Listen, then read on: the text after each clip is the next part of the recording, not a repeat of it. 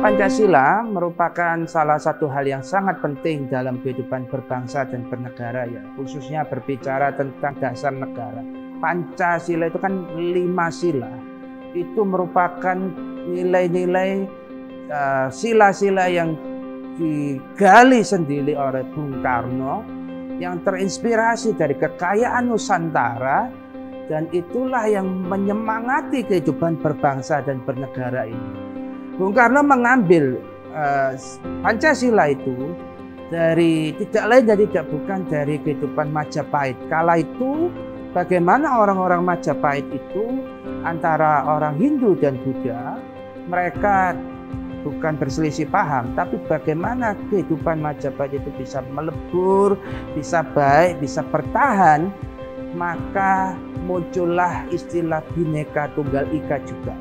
Nah, dari situlah Bhinneka Tunggal Ika, Pancasila, Bung Karno mengambil saripati itu, kemudian diterapkan di Indonesia.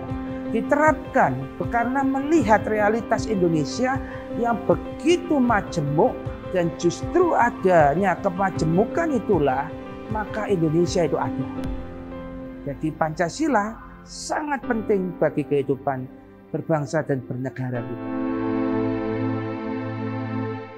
Makna Pancasila buat saya itu dalam banget ya, karena kita juga udah mulai kecil di sekolah diajarkan. Saya paling senang waktu itu kita harus menghafalkan apa itu Pancasila dan lain sebagainya. Jadi buat saya makna Pancasila itu memang dari sila-silanya itu sangat mendalam dan bisa seiring dalam kehidupan sehari-hari. Artinya dari sila ke-1 itu adalah religius ya, masalah prinsip keagamaan bagi kita semua. Yang kedua, kemanusiaan itu adalah hubungan antara manusia dengan manusia, seperti itu. Yang ketiga adalah persatuannya, kita memang harus bersatu. Sekarang ini menurut saya banyak yang mengadu domba, sehingga kita lebih mudah dipengaruhi untuk bisa saling berantem satu sama lain. Itu yang membuat saya memang makna Pancasila ini melekat banget buat saya gitu. Jadi ini benar sebagai pedoman ya, buat saya ini sebagai pedoman dalam bekerja, dalam kehidupan sehari-hari yang bisa seiring dengan religi yang kita miliki, seperti itu.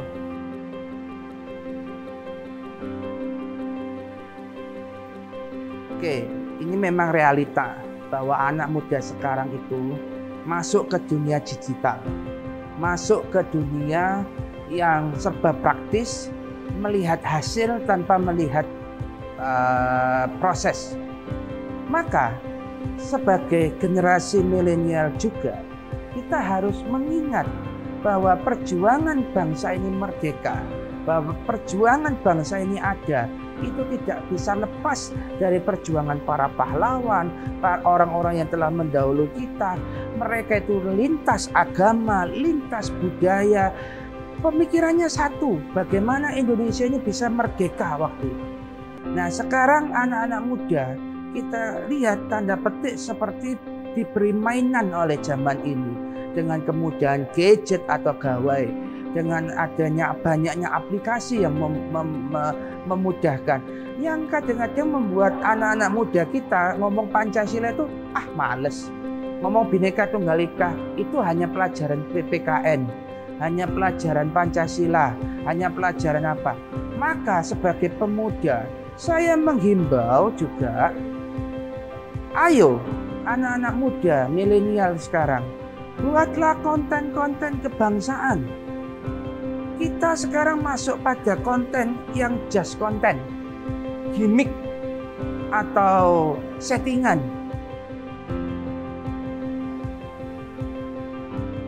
Kalau saya melihat sekarang orang hanya sekedar menghafal, tapi tidak bisa mengaplikasikannya dalam kehidupan sehari-hari.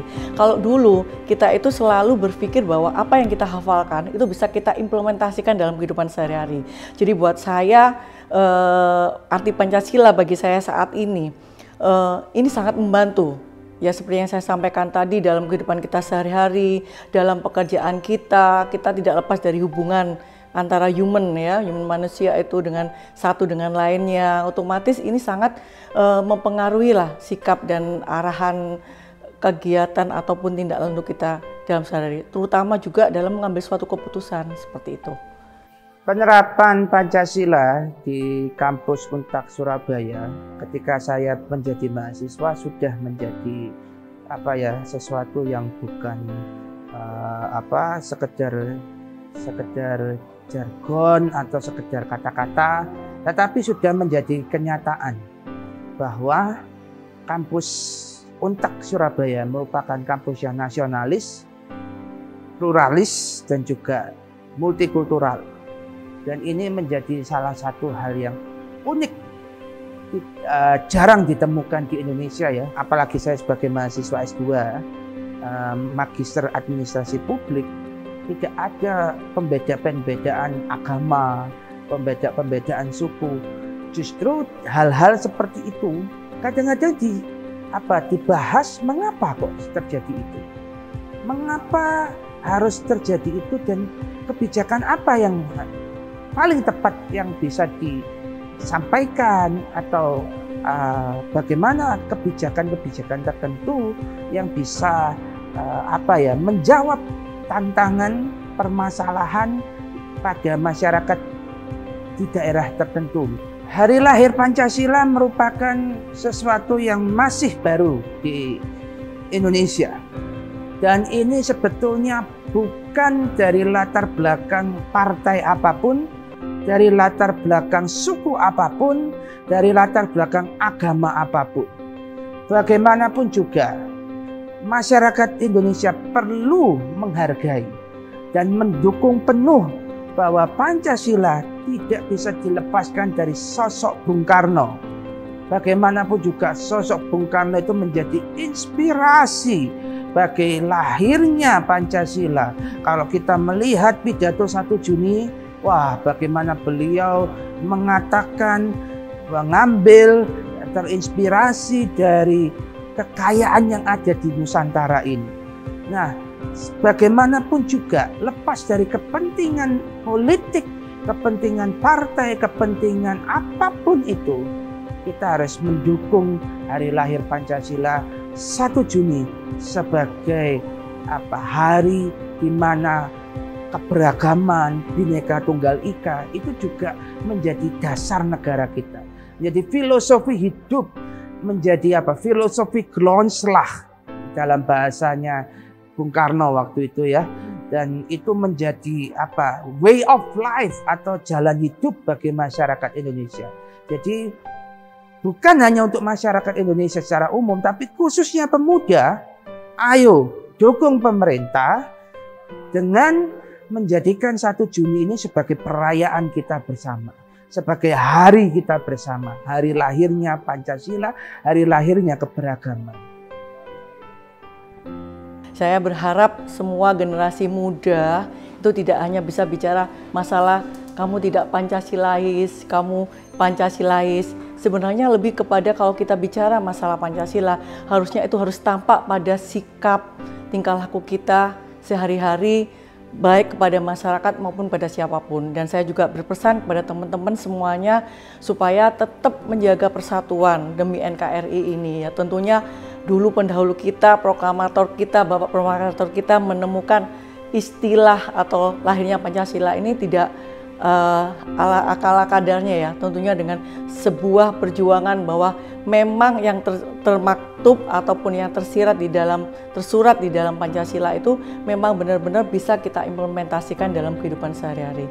Jadi saya harap semua generasi muda tolong pahami, jangan hanya cuma bisa bicara masalah kamu tidak Pancasilais, kamu Pancasilais, tapi lebih kepada implementasi dalam hubungan antar manusia dan bermasyarakat yang ada di negara kita ini. Di hari lahir Pancasila ini, ayo dong bikin konten-konten tentang Pancasila, kebinekaan, dan sebagainya. Kita jangan hanya cuma bisa bicara Pancasilais, tapi tentunya harus bisa mengimplementasikan dalam kehidupan sehari-hari. Selamat hari lahir Pancasila. Selamat hari lahir Pancasila 1 Juni 2021. Salam nasional kita, merdeka.